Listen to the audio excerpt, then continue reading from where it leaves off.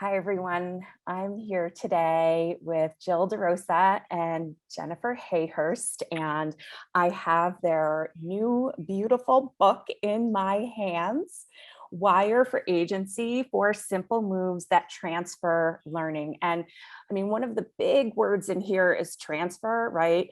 I think it was, oh gosh, there are so many people that talk about transfer, but Grant Wiggins, I think, is the one that I turn to the most. And he just always talks about how transfer is like the ultimate goal of teaching and learning, right? And so you have a whole book on a process for making that happen.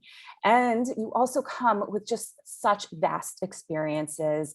One of the things that I love about this book and about both of you is that you're still doing the work in the classrooms. So whether you're a second grade teacher like Jill is, and Jill's also an adjunct professor working with pre-service teachers, which is a really cool connection to be, you know, a second grade teacher in the work, writing books, and also helping teachers acclimate to this wonderful, beautiful, challenging profession. Or Jenn, you are a literacy coach, and you provide PD for faculty, and you also create intervention experiences for students. I met you through this, the co-creator and co-moderator of the hashtag G2Great or Good to Great Twitter chat that happens each Thursday with Dr. Mary Howard. And you both come with such vast experiences and a high investment in students. It's something so remarkable. So I'm thrilled to be able to talk to you today, thrilled to be able to share your ideas with others, and just to build on some of the things that come from your brilliant book.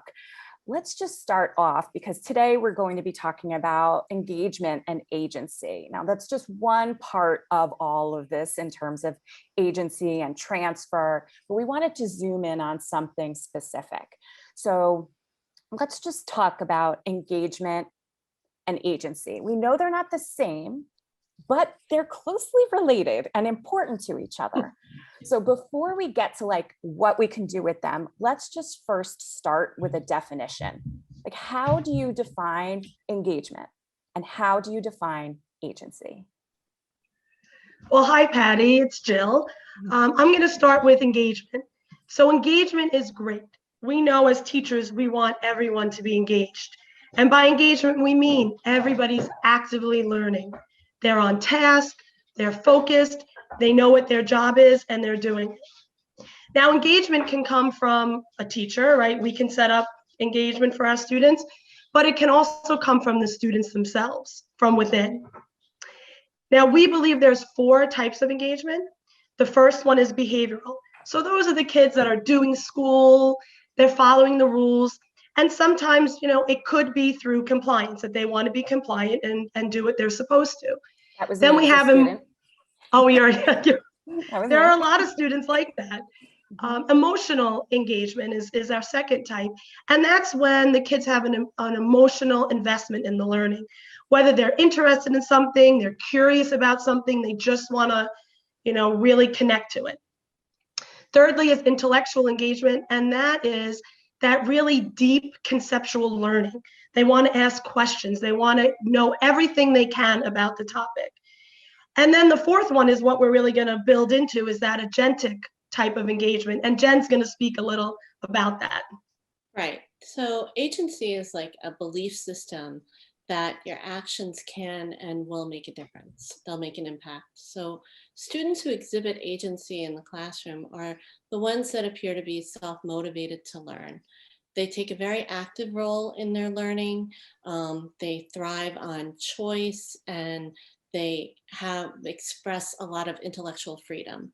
Another way to think about agency is students, they keep learning and keep trying, even when learning gets a little rough, because they have the conviction that they can do it and that their work really matters.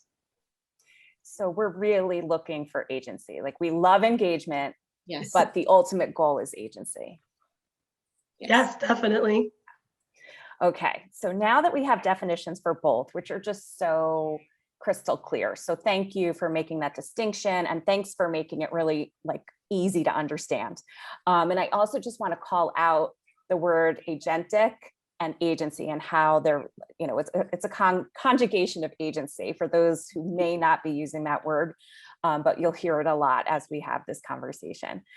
So now that we know what the definition of agency and engagement is, and I'm going to make an assumption here on the way that you just defined this and tell me if I'm correct, is that engagement is actually a doorway to agency. Like when you get into, when you're engaged, you can open the door from there and step into agency.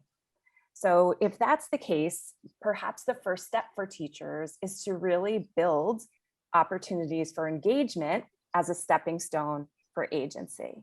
So would you share with us some tips on first building engagement? Oh, sure. So one of our first tips when we're building engagement would be to think about access, right? Like, how do we offer opportunities for children to be able to get what they need and to have the time that they need to do deep thinking work? If we want things to transfer, there has to be some deep thinking. So in terms of access, the tip that we have is, first of all, like, we have to teach kids what engagement looks like. So we want to model it, we want to teach it, and then we want to give them lots of practice doing it, right? So in order for them to engage, they really need to know what it looks like. Yeah. Another tip in terms of access could be, when we set up our classrooms, we want to set them up with lots of opportunities to engage in so many different ways. Have kids talking, writing, thinking, acting out, moving around. We want to let them experience all the different ways that you can engage. And then most important is to give them time to reflect about it. Like, think, like, what felt really good? What didn't feel so good? And really think about why. And I think when we do that, we give them access to lots of engagement experiences. It really opens up engagement to be a reality in their classroom and in their learning experiences. It sounds so basic to say, let's include kids in figuring out what's engaging. And yet it's kind of not very common, right? Like sometimes it's like, I'm the teacher and I'm really thinking about how I can create an engaging experience for students, when the very simple act of reaching out to students and saying, let's co-create this is an easier path than trying to take it all on our own. Yeah, it's more of a student-centered approach rather than a teacher-centered approach, right? Another tip to kind of make that move from engagement to agency is to really consider the kind of language that we're using with students, because language is the vehicle that fosters trust and empathy and risk-taking, safety between teachers and students. So you really want to use language that celebrates the process rather than the product, right? The actual going through the learning process, using language that really supports and celebrates that. And then another thing to think about with language is that whole notion of the growth mindset, right? Encouraging students to persist and to celebrate the risk-taking, to really consider how students can believe in themselves, using language that will really help facilitate a belief in self. Because as we said, agency comes from an internal belief system that your actions matter. And then finally, just kind of talk to children through an asset lens, look for what's going well. As teachers, we tend to always turn that gaze on what they're not doing instead of what they are doing. And if we want more success, we have to really underscore that, like what is going really well, and then helping them to grow into themselves the next step that's going to be hard for them. If they're secure and they're competent and confident, they're going to be more likely to learn with a sense of agency. And language can do all of that. Wow. So access as one tip for for engagement, access as one tip for engagement, language as another tip for engagement, Is there a third? Yeah, so the last one that we wanted to talk about is choice. And we hear about choice so often, but choice is key to engagement because when we give children choice, right, they get to take on some power and they get to share control with their teachers. And sometimes choice can feel like really overwhelming for teachers. So we say, start slow. Maybe give them a choice on what supplies they use, maybe where they sit in the classroom. And then you could build to who they work with, what type of product they're going to give for their learning, like how they're going to show what they've learned. And then even like letting them start to choose the different types of content that they can study, right? So choice seems like a scary thing, but when you start small and grow it, you'll feel much better about it. Absolutely. Yeah, it's, choice can be very limited in a good way, right? Because sometimes kids feel overwhelmed by choice and they're like, I don't know which way to go. But if we just say, here are just a few different things that you could try, which one is going to work for you, that just totally supports engagement and sets up for agency. So let me just recap those three. So to build engagement as in preparation for agency, consider access, consider language, and consider choice. Very simple. I love when things come in threes too, because then as an educator, I get my own type of choice making, right? Am I going to build engagement right now through thinking about access, or am I going to build engagement right now through thinking about language, or am I going to think about choice? And then I can do two at the same time, maybe then build in all three. But what you've set up there is a really practical way to do hard, like big conceptual things for students in building engagement. That's such a cool and very clear way of building that into the classroom. Okay, so we've got engagement, and now we want to move from engagement because it is important. It's so valuable, and still agency is our goal. So what tips do you have for us to help us move once we've established a truly engaging experience or classroom period across the year? What are some tips you have for us on then moving into agency? Patty, it's so funny. It's like now you've set the stage for it, right? You've built in these engaging lessons with this idea that you're going to reach for agency. The first thing that we recommend that you do is to take a pause and watch. Really, you've set it up, you've done the work. Now give yourself that time to really observe your students by looking and listening to what they say and how they interact. And then you can make those adjustments to enhance their learning, to make them more successful, or to figure out what you need to do to get them to that next thing, whatever it is that comes next. That is so important to say and to underscore, because I think that there is a misconception for us as educators that we're supposed to be going all the time. And we're not saying we're stepping away from teaching at all in this situation, but pausing and watching, observing, gathering information that will help us make really customized, wise next step choices to build an agency.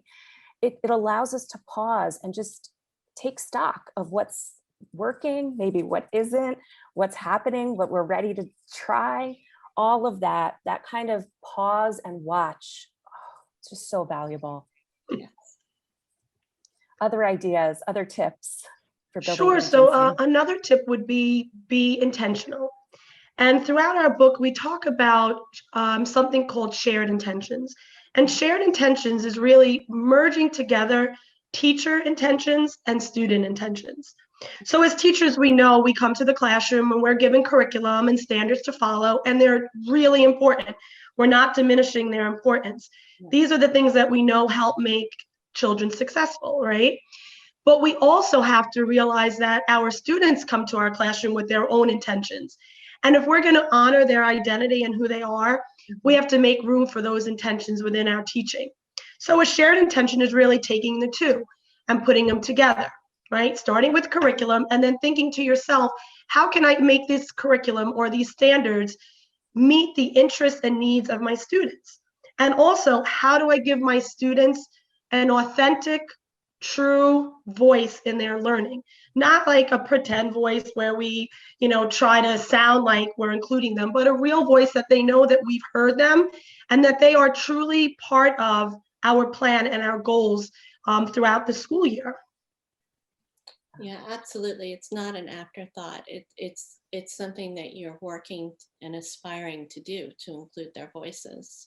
And then once you've included their voices, a final tip really would be to build in time for yourself and for your students to reflect and refine the focus, right? So, make it a habit of mind to ask open-ended questions at the end of your teaching or throughout your teaching that encourage reflection, like as an active metacognitive piece to the learning day.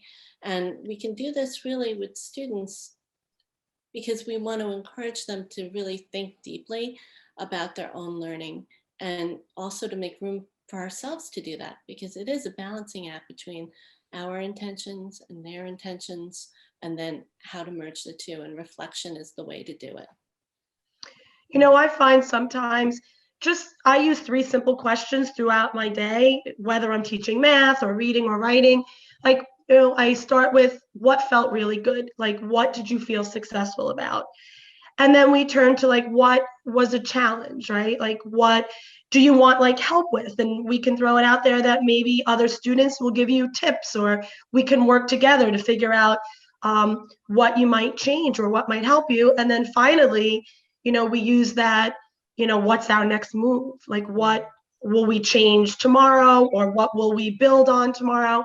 And it's 3 simple questions, but I find that they're my go-to questions, and the kids get used to them. And again, trying to make reflection a habit, they know what to expect, and they get better and better at it.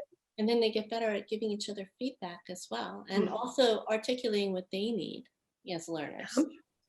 Yes, and with predictable questions like that, knowing they're coming, they're in a state of constant reflection then too, right? Yeah.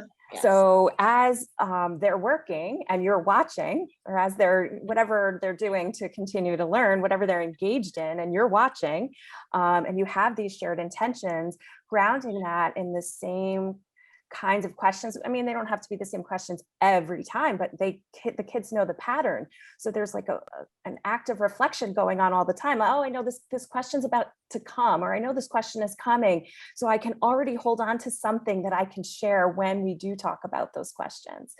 So there's that really supportive, very simple, again, way of building agency.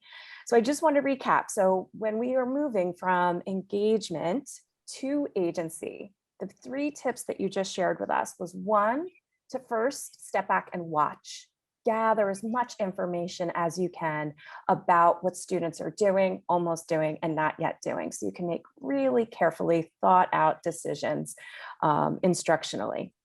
And then to not just have teacher intentions, to have shared intentions. So students and the teacher or teachers together have this collaboration around those intentions, and therefore that type of investment in them.